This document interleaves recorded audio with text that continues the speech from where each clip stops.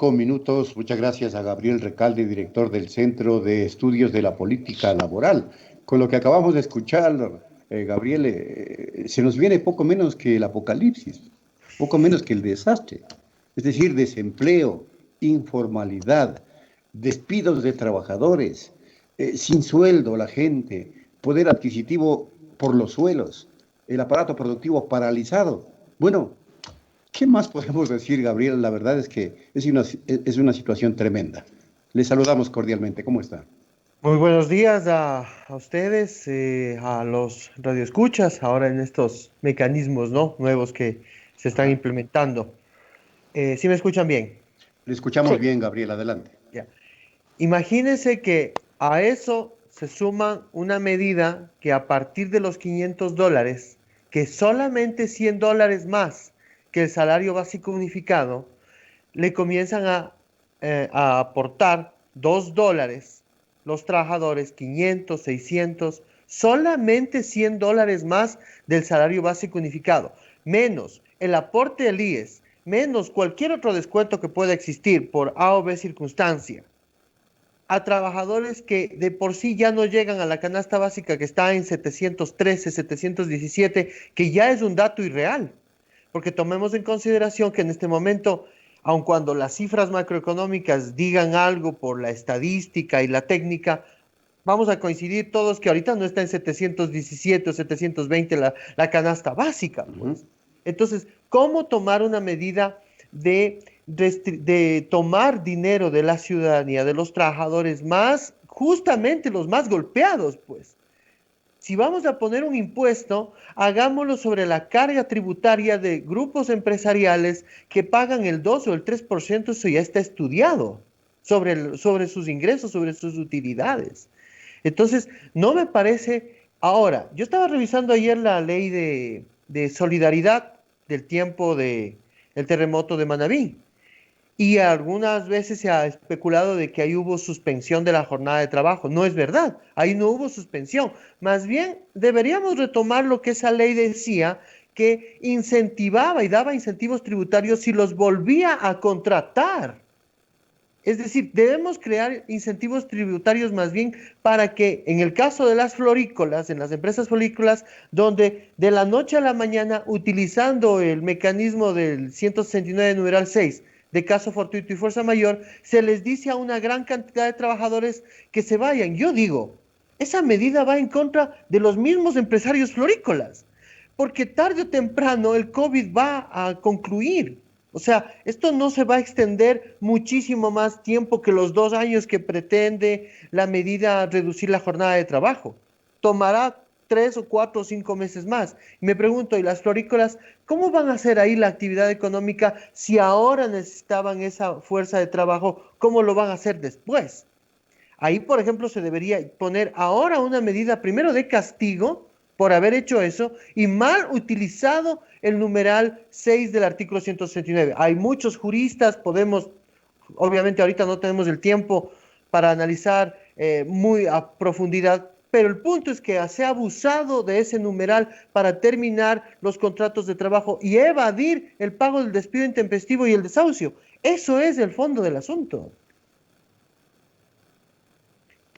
Gabriel, como usted lo asegura, es así. Y no solo es el caso de las florícolas. Buenos días, de salud a Licenia Espinel. También se ha dado con casos como Confiteca, con casos como Edesa, en circunstancias parecidas y acogiéndose al mismo artículo del Código del Trabajo. Ahora, las autoridades planean que todo se haga en base al acuerdo. Un acuerdo en una relación laboral donde siempre el empleador, por tener el poder, tiene siempre las de ganar. No necesariamente todos los empresarios son tan generosos, tan honestos, que buscan el bienestar de sus trabajadores, sino el ganar para ellos. ¿En qué medida esa propuesta de que se llegue a acuerdos en las empresas para la remuneración, para la jornada laboral, van a dar resultados que beneficien a los trabajadores? Tomando en cuenta lo que le digo, la relación de poder siempre allí, el más débil sale perdiendo. Y eso por un lado. Por otro, esta suspensión de los empleados por 3 meses con la opción de renovar por 3 meses más, ¿cómo debe entenderse?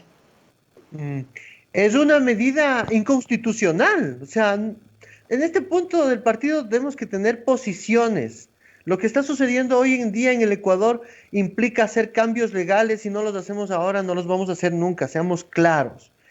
Esa medida es una medida inconstitucional. No se puede suspender el pago de las remuneraciones porque es un derecho irrenunciable, intangible, y cualquier medida que vaya en contra de eso es inconstitucional. Eso dice el 11 numeral 8 de la Constitución. Lo que hay que hacer es tratar de ver formas de mecanismos en los que en verdad se vea la decisión de los trabajadores. Porque hoy en la plataforma Zoom, por ejemplo, para la reducción de la jornada, es el empleador el que pide y el Ministerio del Trabajo le está dando la autorización. ¿Y dónde queda la constancia de que los trabajadores han aceptado eso? Eso le comento que sucede hoy en día. Es decir, yo pido hoy la reducción de la jornada. Entro en la plataforma SUT que tiene el Ministerio del Trabajo y ellos me devuelven la autorización. ¿Y dónde está la autorización de los trabajadores? Si así va a ser la suspensión, que ya de por sí es inconstitucional, el mecanismo hoy de reducción está siendo unilateral.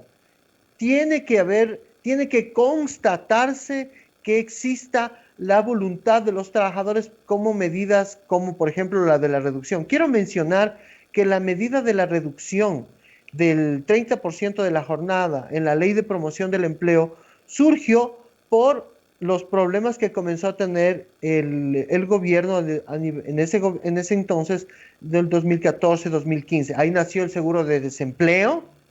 Se puso la medida de la reducción de la jornada como una medida excepcional a que las empresas puedan tener problemas con sus trabajadores, pero siempre que vuelvan a tener los ingresos, les volverán a pagar las utilidades si ganaron. Ojo, hay una medida de castigo en el 47.1 que dice que si es que reduce la jornada e inmediatamente después vuelve a tener utilidades, les tendría que volver a pagar la diferencia de los sueldos que les redujo y las utilidades. Si es que se va a hacer una medida de reducción ampliando, con esto concluyo esta pregunta, esta medida de reducción de la jornada no puede extenderse a 2 años. ¿Cómo vamos a tener medidas de hasta 2 años de la reducción de la jornada? Y encima de aquello, una contribución por parte de los trabajadores y justamente de los que menos tienen.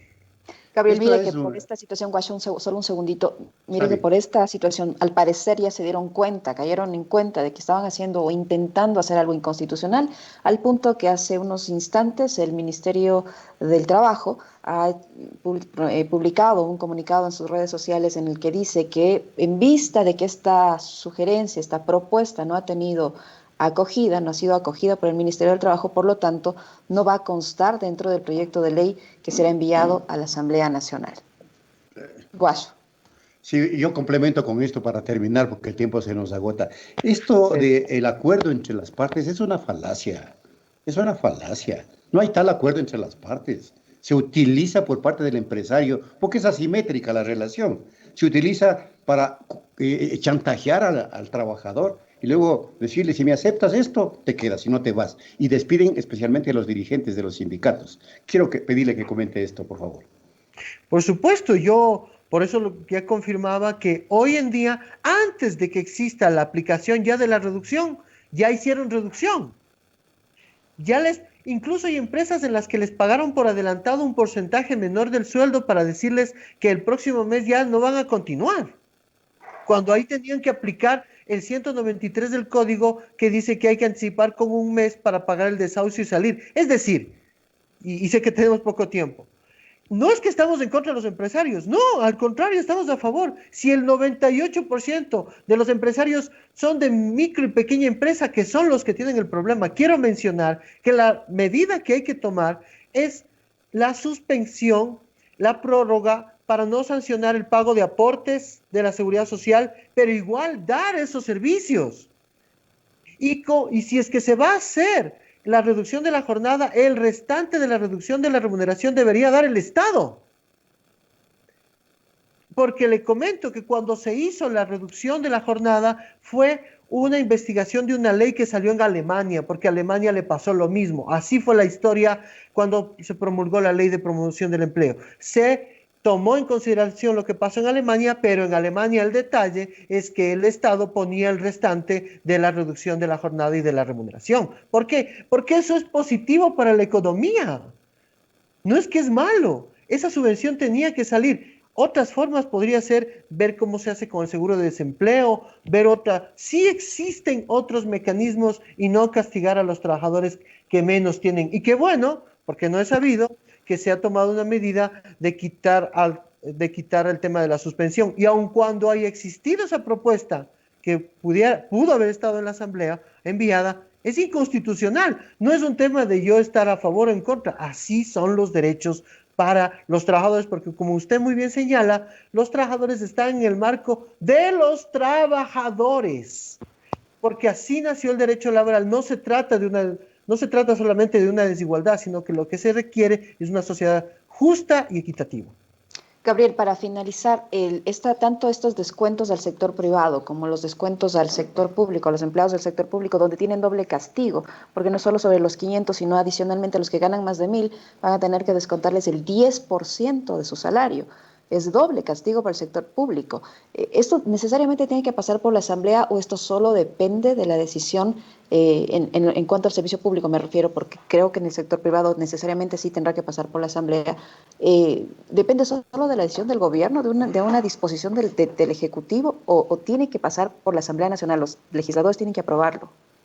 Es una decisión que tiene el Ejecutivo, ¿verdad? Porque él es el empleador en este caso y maneja y administra la remuneración. Pero ojo que al margen de ese criterio legal con el que concordamos, es también terrible porque el 90%, si no es un poquito menos, de los servidores públicos, ¿quiénes son? No son los altos burócratas.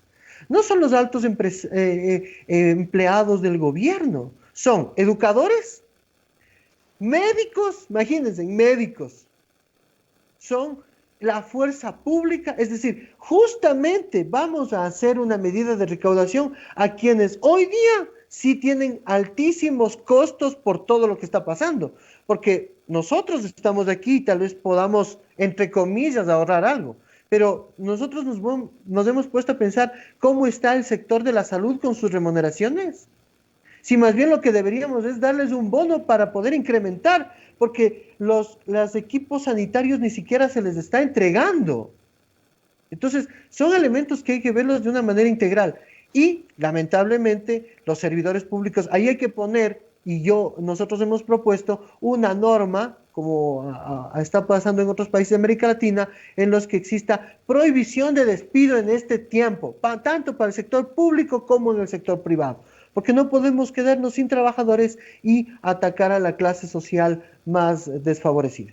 Pero el ingreso de los trabajadores es irrenunciable, la propia Constitución lo dice. Si es que Por no hay su- acuerdo del trabajador para que se le disminuya el salario, no le pueden disminuir, ni en el sector público ni en el privado. ¿No es por supuesto, cierto, Gabriel? Así por es. su- por Pero se viola supuesto. la Constitución. Así es. Imagínense, los servidores públicos también son trabajadores y también tienen derecho, también están acogidos a los principios del derecho laboral, por supuesto que sí. Entonces, son medidas que pueden tomarse de otra forma y lamentablemente siempre se está viendo una medida que vaya, es feo decirlo, pero en contra de los trabajadores, y ahí sí yo creo que hace falta una mayor presencia de la clase sindical, de los dirigentes sindicales que lo hacen, pero lo tienen que hacer con un mayor vigor para defender los derechos. Gabriel, Muchas gracias, en esta parte, tanto el sector de la salud, maestros y fuerza pública no está incluido en este aporte, entre comillas, voluntario. Está incluido el resto de los servidores públicos, pero ahí, como yo le digo, hay un doble castigo. ¿Cómo entenderse rapidísimo que se cargue doblemente al sector público, a los empleados del sector público con este aporte, tomando en cuenta que se les descontará a los que ganan a partir de 500, pero a los que ganan a partir de 1.000, un doble aporte sobre la base imponible y además un 10%.